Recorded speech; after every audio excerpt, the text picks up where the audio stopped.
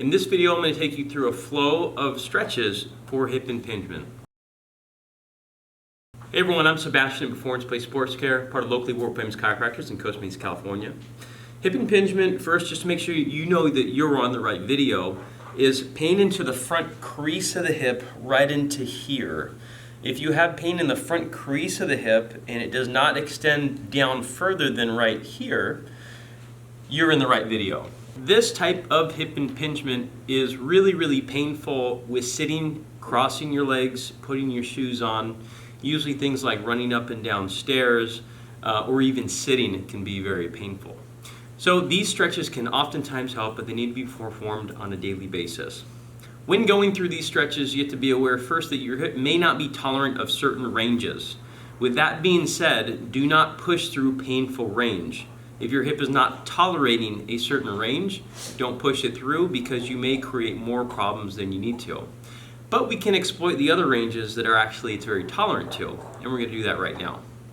The first stretch that we're going to try is for partially hip flexion. So this is bringing the hip up away from extended position, and then a little bit into what we call external rotation, meaning if the thigh bone goes down, the hip is relatively externally rotated. Most hips that have hip impingement are very favorable for the externally rotated position, which is why we're going to start here. Not everybody will tolerate hip flexion, and so that being said, you may have to change how much depth of hip flexion you have, or you may need to change where your torso is at relatively. For me, I'm going to go in this position here, keep a hand contact, all right?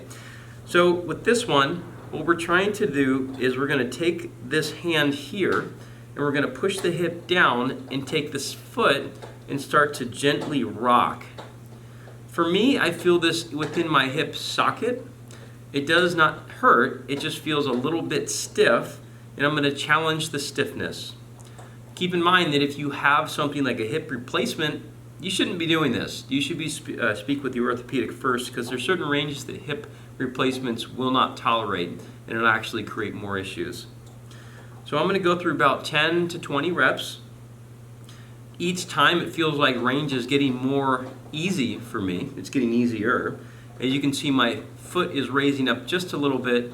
We want to make sure that when you're doing this, you're not rocking the rest of your body, because I don't want to see the rest of the body move. We want to see the hip. We want to see the hip is pumping. We're pumping the hip. Okay? So first, hip flexion and external rotation. You may think, well, maybe we'll do internal rotation next. Actually, no, that's probably going to be last. We're going to come back to it once we pump the hip into the other ranges. Okay? Next, we're going to try hip extension and internal rotation. And for this, we're going to take the same hip here. By the way, we're going to use that box later, so you may need to find like a couch or a chair or something like that. So this is in hip. Generally, it's not in full extension, but we may get there in a couple minutes. But this is kind of in a neutral and relatively internally rotated position. It's the opposite of what we did in the last one. And so with this one, what we're going to do is, since we can't necessarily reach back into both of them in this case, we're going to keep the knee, inner part of the knee, pinned down to the floor here, and we're going to take the foot and gently rock it up. Okay? If you can't reach back to reach your foot, you can try to make it active, which makes the muscles on the side of the hip work, which is really not a bad thing either. It's harder. Actually, truth be told, I would rather you have active range of motion, which is you doing the work with your hip, versus you doing it passively. Passively is a good starting point, but actively is always better. So we're going to go through about 10 reps here roughly, maybe 20. Just feeling a little bit of a challenge of stiffness of the hip joint here. And then we're going to go into a more extended position. For this one, I actually have to make it active since I can't reach. You could, if you want to, grab like a rope. I prefer not to in this one. I think this one's really good to do actively. You can go here, and then you can do the same thing. If you feel like pretty fatigued here, then that's okay. You take a little bit of a break, and then you return in and go again. Pretty simple exercise, very hard. If you can't get the foot actually up, that's okay. It's the intention of it that you actually need to do. We're challenging your range. You don't need to match my range. Okay? So far we've done hip flexion and external rotation. We've done hip generally kind of semi-extended but in neutral with internal rotation. And we've done hip extension in internal rotation. Now we got to challenge the other ones, like the side to side, and then we're going to come back eventually to the one that's the hardest for most people. Okay? The next thing we do is just a kneeling version here. We're going to take this, or you can take a support somewhere else, and we're going to take the knee across midline here and just dip the hip into the object. Okay? If you feel like this is creating issues into your groin, you may have to move the knee back and try again, dip the hip to the side. Or you may need to change where the foot is behind you, which is kind of internal rotation here or external rotation here of the femur, not of the foot. Okay? And you're going to take that most comfortable position and dip the hip. Okay? What you can do as well is you can take the hand and push the hip. I'm going to go for about 20 on this one. I think this one's a real nice one for me to do. I feel it nice and stretchy on the side here. Not in a bad way, it just feels like it's stretchy. And it's not duplicating my symptom at all. It just feels like it's stretchy. That's okay. That's what we're looking for in all of these. By the way, if you guys have problems with your hip and you're not finding anyone who can help you with your hip impingement, you can reach out to us virtually. Or we see people in person. We specialize in hips, hip impingement, labral tears, sports hernias, low back, SSIs, and so on. In fact, we do have a webinar as well, which is going to pop up in one of the corners, which is all about the different types of diagnosis that people tend to have with their hips and how to understand your hip better. So take advantage of that. Okay? So now we've done the dip the hip with the side, but now we need to go the other way, right? In this one, we can take a little bit of a rocking approach here. I'm going to go to the side just so you can see. So we're going to go here, and then we're going to start the hip out just a tad here. Okay? This is a little bit rough on my knee, so I'm probably not going to go through a ton of reps on it. Maybe you get something like a pad that's going to help out. Walk your hands out just a little bit forward, and then you're just going to sit the hip back. You're sitting your hip pockets back. Okay? If this is uncomfortable, again, on the hip, you can change where the foot is to change the little flare, the nuance of internal or external rotation in combination with this movement. Okay? This is why, I don't know if you guys are noticing yet, but it's not really easy to figure out how to stretch the hip, especially when dealing with hip impingement.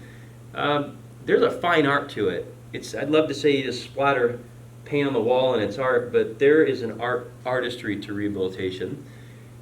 It's not all just the exercise, it's how you do it and how you feel during it. Not everybody gets the same exercises. Okay? So there's part one, and now we're going to lean away. In this one I'll go here. Okay? Man, my knee's really getting beaten up on this one. So I'm going to lean away. Okay, I'm not going for a big stretch, this is just slightly exposing the hip to range. Again, changing where the foot position's at if you need to.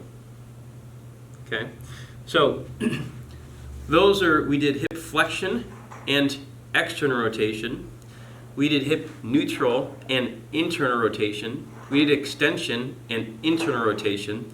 And then we did dip the hip in the other way, which we just did here at the side. Okay, the last one we're going to do is the one that's the most challenging for everybody. And people who have things like even arthritic aspects, cam deformities, pincer deformities of their hip, this is the hardest one. Generally, doing this one, you have to tinker with the range a little bit, okay? And so with this one, you're exposing relatively hip flexion, internal rotation slightly, and then a little bit of crossing over, which if you watch our other videos about hip examination for hip impingement, you're gonna find that this is the most provocative of all tests. So when exposing it, we don't expose it on everybody right away, we expose it over time. And so doing this, you want to keep a little bit of pressure of this area into the floor, and you're going to rock your body weight over the area and hold it and return. If this is uncomfortable, you go here, and then you compensate by bringing the hands down, and then you're rocking your body weight across the knee. You're rolling your body weight across the knee and staying right there, breathing and returning. Rock in, breathe, and return. Rock in, breathe, and return. Take a break. Give your hip a break. Wait about 30 seconds, and then we're going to return again. On this video, I'll only do it one more time. Okay? Rock in to the knee. Breathe. Return. Rock in. Breathe. Return. Rock in. Breathe. And return. So with that exercise, you won't necessarily feel the front of the hip, or ideally you won't. You'll find that the butt cheek gets work, and that's why actively going through hip range of motion is very helpful for hip impingement when exposing it to the ranges it doesn't currently tolerate. At the beginning of this video, I talked about not going through ranges that your hip does not currently tolerate, and this is one that we add last. But if you can get the range back, we need to get the range back. If you guys are looking for help, all of our contact information is below. We'd love to see you virtually or in person. We'll see you guys next time. Subscribe to the channel.